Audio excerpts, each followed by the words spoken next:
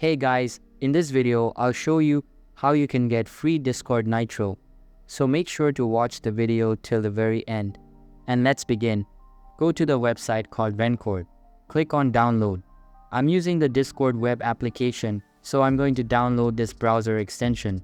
So click on add to Chrome, then click on add extension. After installing, go to Discord and refresh it. Click on the settings. Scroll down until you see the Vencord section.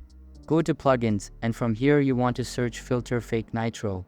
Just turn this on if you use the emojis you can see. Also, you can screen share this with the best resolution and frame rate. So that's basically how you can get free Discord Nitro. So that's all for this video. Hope you liked the video. Thanks.